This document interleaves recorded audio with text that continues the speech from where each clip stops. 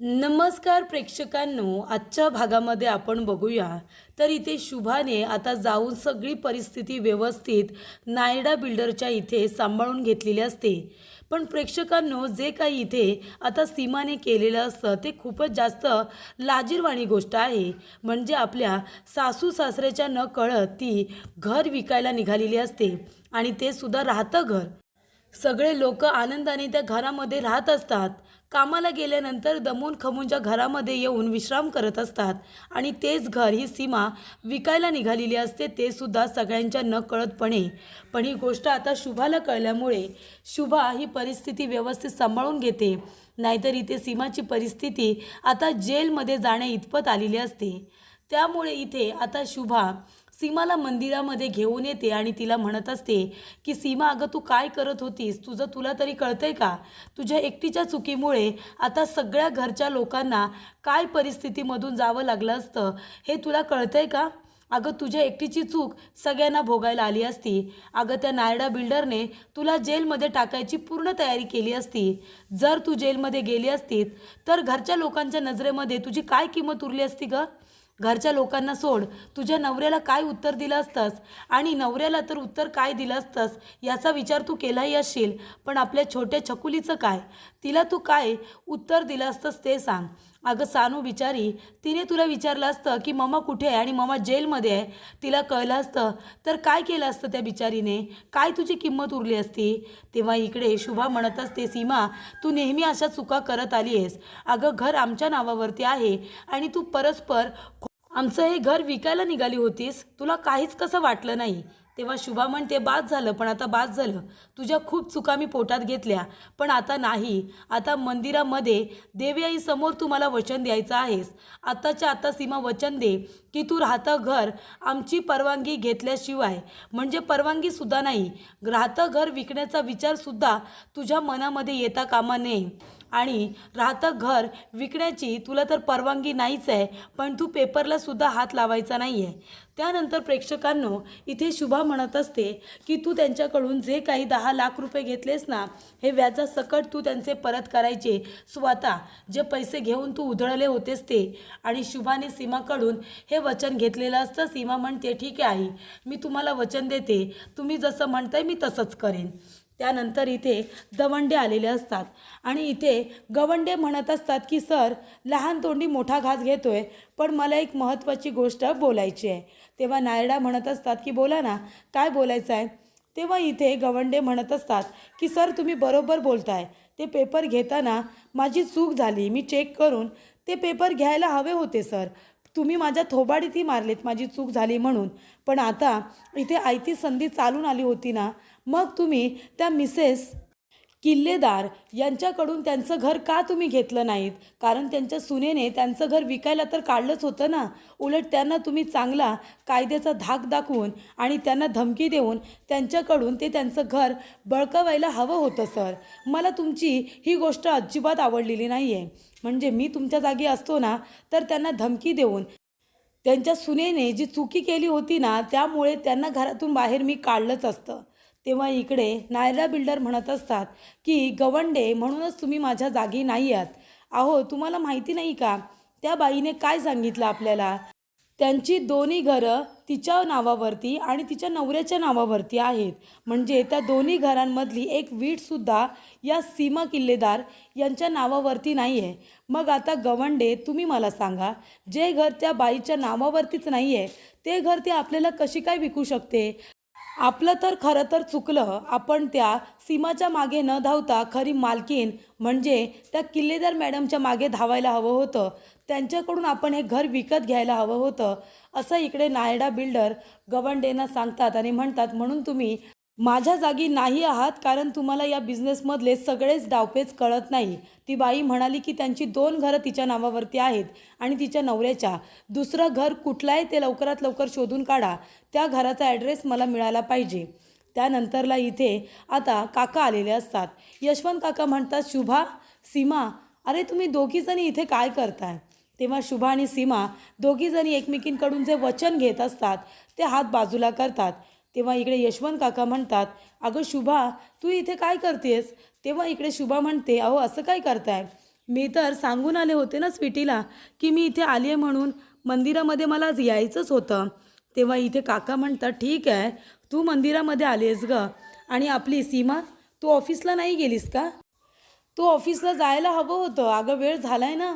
तेव्हा सीमा म्हणते, हो बाबा, मी ऑफिसला जाणार होते. तेव्हा शुभा म्हणते, अहो असं काय करताय, किती प्रश्न विचारताय, आम्हाला दोघींना जरा भेटून बोलायचं होतं ना, तेव्हा आम्ही मंदिरामध्ये आलो आहे. तेव्हा यशवंत काका म्हणतात, अगं शुभा, एवढं काय तुम्हाला दोघींना बोलायचं होतं, त्यासाठी तुम्हाला मंदिरामध्ये यावं लागले? तेव्हा इकडे शुभा म्हणत असते, काय नाही हो, सहजच सहजच आम्ही भेटायचं ठरवलं होतं, बाकी काही नाही. तेव्हा यशवंत काका म्हणतात, अगं शुभा, जेवणाची वेळ होऊन गेली तरीसुद्धा तू घरी नाही आलीस, म्हणून मी इथे तुला बघायला आलो आहे.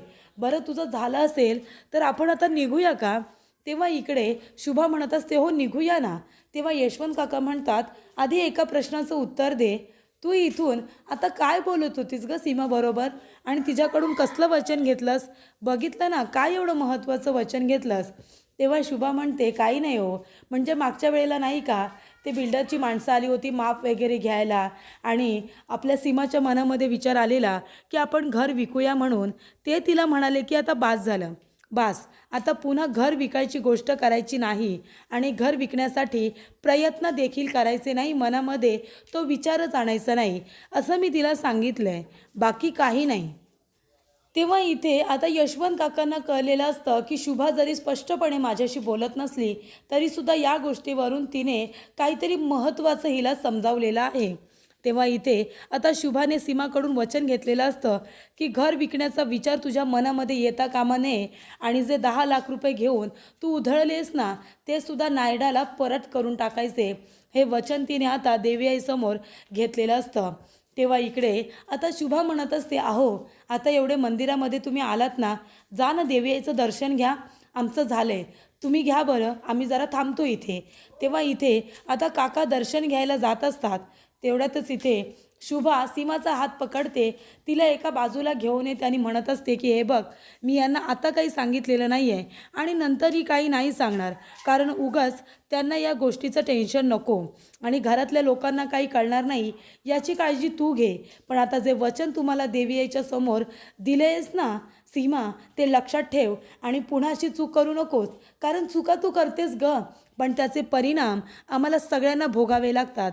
तेव्हा जरा काय वागतेस, काय करतेस, हे विचार करून केलंस ना तर जास्त बरं होईल, कळतंय तुला? तेव्हा इथे आता सीमा म्हणत असते, आई मी तुम्हाला वचन दिलं आहे ना. तेव्हा शुभा म्हणते की अगं, तू जे काही वचन देतेस किंवा जे काही तू सॉरी म्हणतेस ना, त्याचं मला काही महत्त्व वाटत नाही, कारण तुझं सॉरी आहे ना किती वेळा तरी म्हणून झाले, आणि सॉरी म्हणून तू पुन्हा पुन्हा त्याच चुका करतेस ग, कसं काय माणूस तुझ्यावरती विश्वास ठेवणार, असं तिला शुभा म्हणालेली असते. पण इथे तिने सगळी परिस्थिती सांभाळून घेतलेली असते.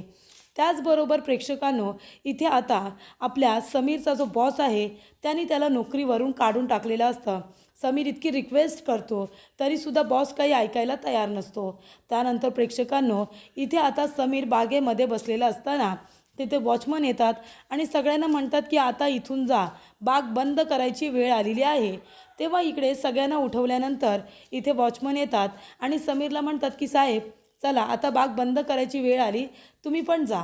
तेव्हा इथे समीर म्हणत असतो, मी फक्त 10 मिनटं अजून बसू का, 10 ते 5 मिनटं, थोडा वेळ बसू द्या ना मला, मग मी स्वतःहूनच उठून निघून जाईन. तेव्हा इकडे वॉचमन म्हणतात, अहो साहेब असं काय करताय, बंद करायची वेळ झाली आहे. तेव्हा इथे समीर म्हणतो, ओ मी रोज येतो, थोडा वेळ बसू द्या ना. तेव्हा इथे आता वॉचमन काका म्हणत असतात, हे बघा तुम्ही रोज येता साहेब, म्हणूनच तुम्हाला चांगल्यापणे सांगतोय, आता बंद करायची वेळ झाली आहे, तुम्ही इथून जा. तेव्हा समीर उठतो.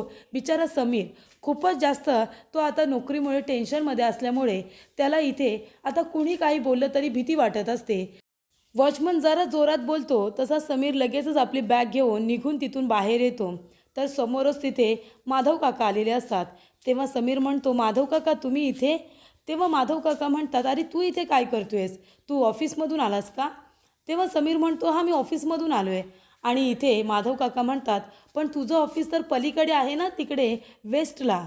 तेव्हा इकडे समीर म्हणत असतो, हो वेस्टला आहे, इथे थोडं काम होतं म्हणून आलो होतो, पण तुम्ही इथे काय करताय? तेव्हा माधव काका म्हणत असतात, मी इथे माझ्या मित्राला भेटायला आलो होतो अरे मला नोकरी हवी आहे ना म्हणून. तेव्हा समीर म्हणतो, पण काका तुम्हाला ह्या वयात का नोकरी करायची आहे? तेव्हा काका म्हणत असतात, अरे माझी जबाबदारी संपते कुठे? जरी मी रिटायर झालो असलो तरीसुद्धा अजून शमिका लहान आहे. तिचं शिक्षण पाणी व्हायचं आहे, तिचं लग्न व्हायचं आहे. मग हे मला करायला नको का? अरे आणि नोकरी करत असल्यावर कसं आपलं रुटीन असतं. एक ठराविक रक्कम आपल्या घरी दर महिन्याला येणार असते याची आपल्याला खात्री असते. त्याच्यामुळे मी माझ्या मित्राकडे बोलणं टाकलं होतं की दुसरीकडे कुठे चांगली नोकरी मिळते का ते बघ म्हणून. आता इंटरव्ह्यू देऊन आलो आहे, त्या लोकांनी सांगितलं आहे कळवतो म्हणून. आता वाट बघूया. त्यानंतरला समीर म्हणतो की बरोबर काका, नोकरी मिळाली का मग? तर ते काका म्हणतात, नाही कळवतोय म्हणून सांगितलं आहे ना. समीर म्हणतो की नोकरी तर पाहिजेच नाही का, नाहीतर काहीच शक्य होणार नाही. तेव्हा काका म्हणतात, अगदी बरोबर, तुमचं काय रे, तुम्ही दोघेही नोकरीला आहात, बरोबर की नाही? त्याच्यामुळे तुमचं व्यवस्थित चालू आहे आणि तसंच पाहिजे. तेव्हा इकडे समीरला टेन्शन किती आहे ते त्याचं त्यालाच माहिती की नोकरीबाबत नक्की घडलंय तरी काय. त्याची नोकरी गेली हे अजून त्याने कुणालाही सांगितलेलंच नाही आहे. तेव्हा इथे समीर म्हणतो, काका घरी निघालात का? चला सोबतच जाऊया. तेव्हा काका म्हणतात, हो चल ना. तर इथे आता शुभाने अर्धी बातमी ही यशवंत काकांना दिलेली असते. यशवंत काका म्हणत असतात की शुभा, तू हे जे काही बोलतेस ना गं, मला काही पटत नाही आहे. अगं या सीमावरती किती वेळा विश्वास ठेवायचा? त्या सीमाने तुला वचन दिलं आणि तुला काय वाटतंय आता तू बोललेस तसं आणि तिने वचन दिल्याप्रमाणे ती वागणार आहे का? म्हणजे आता ती पुन्हा चुका करणार नाही असं वाटतंय का तुला? तेव्हा शुभा म्हणते, अहो असं काय करताय, देवासमोर तिने वचन दिलं आहे ना. तेव्हा इकडे आता काका म्हणत असतात, अगं वचन वगैरे आहे ना ते आपल्यासाठी महत्त्वाची गोष्ट असते, सीमासारख्या मुलींसाठी नाही. किती वेळा तिला आपण सांगितले की बाई गं ह्या अशा गोष्टी करू नकोस, घर विकायचा पुन्हा एकदा प्रयत्न करू नकोस, पण तिने काही आपलं ऐकलं का? सांग बरं. तिला जे आपण सांगतो ना हे करू नकोस, ती थोड्या दिवसानंतर बरोबर तेच करते. किती वेळा तिने चुका केल्यात आणि किती वेळा आपण तिला माफ केले, पण ती सीमा सुधारायचं काही नाव काढत नाही. आणि तुला असं वाटतंय की तिने आता वचन दिलं आहे म्हणून ती आता तशी वागणार नाही आणि ते वचन ती अगदी पूर्ण करेल, असा जो तुझा गैरसमज आहे ना तो आधी तू बाजूला कर. तेव्हा इकडे शुभा म्हणत असते, अहो आपण तिच्यावरती विश्वास नाही ठेवणार तर कोण ठेवणार? तेव्हा इथे यशवंत काका म्हणत असतात, शुभा अगं तू साधी आहेस म्हणून तू लोकांवरती पटकन विश्वास ठेवतेस. आंधळेपणाने जर जगावरती विश्वास ठेवायला गेलो ना तर सगळेजण कधी फसवणूक करतील ना ते कळणारसुद्धा नाही. म्हणून आहे ना, एकदा आपल्याला चटका बसला, दूध पिताना चटका बसला ना की माणूस ताकसुद्धा इथे फुंकून फिंकून पितो, माहिती आहे ना तुला? तेव्हा इथे शुभा म्हणते, हे बघा तुम्ही शांत व्हा, नका एवढा विचार करू. तेव्हा यशवंत काका म्हणतात, नाही समीरजवळ एकदा बोललंच पाहिजे. तेव्हा इकडे शुभा म्हणत असते, नको तुम्ही उगाच आता समीरला त्रास देऊ नका. आधीच तो त्याच्या कामामुळे खूप दिवस टेन्शनमध्ये आहे, त्याच्यामुळे तुम्ही आता हे घरातली गोष्ट सांगून त्याला आणखीन टेन्शन देऊ नका. हे बघा माझी शपथ आहे तुम्हाला, जर समीर आल्या आल्या हा विषय जर त्याच्यासमोर काढलात ना तर माझी तुम्हाला शपथ आहे, तुम्ही जा आणि फ्रेश होऊन घ्या. फ्रेश होऊन घेतलं की तुम्हाला बरं वाटेल. मग समीर आल्यानंतर मी पानं वाढायला घेते, मग लगेच सगळेजणं जेवून घ्या. तेव्हा इथे आता यशवंत काका फ्रेश होण्यासाठी जातात. तेवढ्यातच इथे शुभा आपल्या बॅगमधून लगेच घराचे कागदपत्र काढते आणि लॉकरला ते ठेवून देते. तेव्हा इकडे शुभाने आता छान इथे परिस्थिती सांभाळून घेतलेली असते. पण जर हिचं वागणं, सीमाचं वागणं एकदा काकांना स्पष्टपणे सांगितलं असतं, समीरला सांगितलं असतं तर बरं झालं असतं प्रेक्षकांनो. कारण ती सीमा पुन्हा अशी चूक करू शकते आणि तिच्याबद्दलचे सत्य सगळ्यांना माहिती असणं हे खूपच जास्त गरजेचं असतं. पण इथे आता शुभाला वाटत असतं की तिची रिस्पेक्ट कमी व्हायला नको म्हणून ती कुणाला काही सांगत नसते की तिने आज किती मोठी चूक केली होती. त्यानंतर लॉकरमध्ये आता पेपर ठेवल्यानंतर इकडे सीमा विचार करत असते. सीमा म्हणत असते की आईनासुद्धा मध्येच टपकायचं होतं, थोड्या वेळाने आल्या असत्या किंवा आल्याच नसत्या तर किती बरं झालं असतं. आता मला 10 लाख रुपये व्याजासकट सगळे भरावे लागणार आहेत, म्हणजे माझा सगळा पगार तिकडे जाणार. तेव्हा इथे शुभा म्हणत असते की मी आता काय करू, मला आता आयुष्यभर आईंकडून हे सगळं ऐकावं लागणार आहे. तेव्हा इथे सीमाला त्या गोष्टीचं टेन्शन आलेलं असतं. ती म्हणत असते की उगाच मी त्या बिल्डरच्या नादाला लागले, ही गोष्ट नसती केली तर बरं झालं असतं. आता काय आयुष्यभर याच घरामध्ये राहावं लागणार आहे की काय? त्यानंतरला समीर येतो आणि म्हणतो, सीमा काय झालं, का अशी एकटी बसली आहेस असं माधव काका विचारतात. सगळं काही ठीक आहे ना? ऑफिसमधून आलीस का? तेव्हा इथे सीमा म्हणते हो ऑफिसमधून आले ना. तेव्हा समीर म्हणतो मग काय झालं काय एवढी टेन्शनमध्ये बसली आहेस? सगळं काही ठीक आहे ना? ऑफिसमध्ये कुणी काही बोललं आहे का? तेव्हा सीमा म्हणते नाही कुणी काही बोललेलं नाही आहे. तेव्हा माधव काका म्हणतात प्रभा आहे ना? तेव्हा सीमा म्हणते हो प्रभा काकी आहेत ना. तेव्हा इकडे आता काका म्हणतात की आलोच मी, प्रभाला भेटून आलो आणि ते आपल्या रूममध्ये जातात. त्याच्यानंतरला समीर म्हणत असतो सीमा काय झालं आहे? तू कसल्या तरी विचारच दिसतेस आणि चेहरा काय एवढा उतरला आहे? सगळं काही ठीक आहे ना? काही गडबड तर नाही आहे? तेव्हा इथे सीमा म्हणत असते नाही कसली गडबड, काही गडबड नाही आहे, पण चल ना जरा मला तुझ्याशी थोडं महत्त्वाचं बोलायचं आहे. तेव्हा इकडे समीर म्हणतो मलाही तुझ्याशी थोडं महत्त्वाचं बोलायचं आहे. तेव्हा इथे सीमा म्हणते आधी माझा ऐक चल. तेव्हा इथे काका जाण्याची वाट सीमा आता बघत असते आणि ती म्हणते अरे चल ना समीर तुझ्याशी खूप महत्त्वाची गोष्ट सांगायची आहे. आणि इथे सीमाने आता जो काही पराक्रम केला आहे त्याच्यामुळे तिचा सगळा पगार नायडा बिल्डरकडे जाणार असतो. कारण का 10 लाख रुपये हे हे लवकरात लवकर तिला आता फेडायचे असतात. त्यानंतर शुभा येते आणि म्हणते समीर आलास का बाळा? अरे एवढा उशीर का झाला तुला? बरं दे इकडे डबा दे तुझा. तेव्हा समीर डबा देतो. शुभा म्हणत असते बरं जा फ्रेश होऊन घे, मी गरमागरम तुला जेवायला वाढते चल. तेव्हा इथे समीर लगेच फ्रेश होण्यासाठी आपल्या रूममध्ये जातो. तेव्हा इथे सीमाला सगळं काही आता इथे समीरला सांगायचं असतं. पण इथे शुभा म्हणते की सीमा कितपत माहिती आहे ग समीरला? तेव्हा सीमा म्हणत असते की मी त्यांना आपलं घर विकणार आहे, मी डील करणार आहे हे माहिती आहे. म्हणजे त्या बिल्डरला मी भेटले हे सगळं त्याला माहिती आहे, बाकीचं काही नाही. तेव्हा शुभा म्हणते आणि बाकीचं काही कळूसुद्धा देऊ नकोस, कळलं तुला? कारण का कसं आहे ना त्याला काही माहिती नाही आहे तेच ठीक आहे. आधीच त्याला त्याच्या कामाचं इतकं टेन्शन आहे आणि त्याला जर कळलं ना की तू असं हे सगळं केलेस तर त्याला अजूनच जास्त टेन्शन येईल. तेव्हा ही गोष्ट आता कोणाला माहिती नाही आहे तर उगाच याचा बाऊ करू नकोस. मला तरी असंच वाटतंय. एरवी मी तुला तुझ्या नवऱ्यापासून काही लपवायला सांगितलं नसतं, पण आता त्याला त्याच्या कामाचं टेन्शन आहे, त्याला अजून या गोष्टीचं टेन्शन देऊ नकोस असं मला वाटतंय, कळलं तुला? तेव्हा सीमा म्हणते ठीक आहे. त्यानंतरला प्रेक्षकांनो माधव काकांच्या मित्राचा फोन आलेला असतो. त्यांनी जो काही इंटरव्ह्यू दिलेला असतो त्यांना ती नोकरी मिळालेली असते, पण चंद्रपूर इथे त्यांना जावं लागणार असतं नोकरीनिमित्त. कारण त्यांची ब्रांच जी चंद्रपूरला असते त्या ठिकाणी त्यांना जावं लागणार असतं. तेव्हा इकडे ते प्रभाला सांगतात. तेव्हा इथे प्रभा म्हणत असते अहो पण इतक्या लांब आपण कसं काय जायचं? तेव्हा इथे आता त्यांची मुलगी शमिका येते. शमिका म्हणत असते काय झालं बाबा तुम्हाला नोकरी मिळाली का? तेव्हा ते म्हणतात हो बाळा चंद्रपूरला मला नोकरी मिळालेली आहे, आपल्याला तिथे जावं लागणार आहे. तेव्हा ती म्हणते पण कसं शक्य आहे, इथे माझं शिक्षण चालू आहे आणि माझं कॉलेज ते सगळं सोडून आपण चंद्रपूरला कसे काय जाऊ शकतो? बाबा ही शक्य नाही आहे. तेव्हा काका म्हणतात अगं पण बाळा आता नोकरी तर मला करावी लागणार आहे की नाही आणि त्यासाठी मला चंद्रपूरला जावंच लागेल. त्यानंतरला शुभा समीरचा डबा काढते. बघते तर काय समीरचा डबा हा खरकटा असतो. तो नेहमी डबा व्यवस्थित धुवून आणत असतो. त्याच्यामुळे ती म्हणते की आज डबा त्याने इथे जास्त धुवूनसुद्धा आणलेला नाही आहे. विचारू का त्याला काही टेन्शन आहे का? नाही नको नको नाहीतर त्याला वाईट वाटेल. डबा धुवून नाही आणला म्हणून आई विचारते की काय असं वाटेल त्याला. पण माझ्या मुलाला नक्कीच कसलं तरी टेन्शन आहे म्हणूनच असं झालं आहे, नाहीतर एरवी असं कधीच होत नाही असं शुभा म्हणत असते. त्याचबरोबर प्रभा येते आणि म्हणते की मला तुझ्याशी बोलायचं होतं ग शुभा.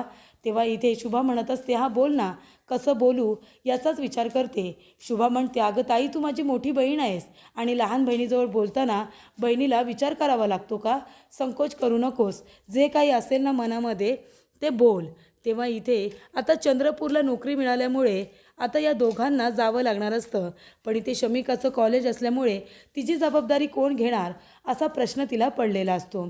तर पुढील भागामध्ये आपण बघूया. इथे आता सीमाने घडलेला प्रकार सगळ्याच्या सगळा समीरला सांगितलेला असतो. तेव्हा ती म्हणत असते हे सगळं आईंमुळे घडलं आहे. अरे आता मला ते पैसे 10 लाख रुपये परत करावे लागणार आहेत आणि 2 वर्ष जातील माहिती आहे का 10 लाख रुपये परत द्यायला आणि पूर्ण पगार जाणार आहे माझा पूर्णच्या पूर्ण. तेव्हा इथे समीर आपल्याला आता जे काही करायचं आहे तुझ्या पगारामध्ये करावं लागणार आहे. तेव्हा समीर म्हणतो शोधूया ना दुसरी नोकरी, मी दुसरी नोकरी शोधतो. त्यानंतरला इकडे शुभा म्हणत असते की मी आणि तुमच्या बाबांनी एक महत्त्वाचा निर्णय घेतला आहे. आता शमिका आपल्या इथे राहणार आहे कारण तिच्या वडिलांना नोकरीनिमित्त चंद्रपूरला जावं लागणार आहे, त्याच्यामुळे तिची जबाबदारी मी आणि तुमच्या बाबांनी घेतली. याच्यावरती तुमचं काय म्हणणं आहे, असं शुभा आता सगळ्यांना विचारत असते.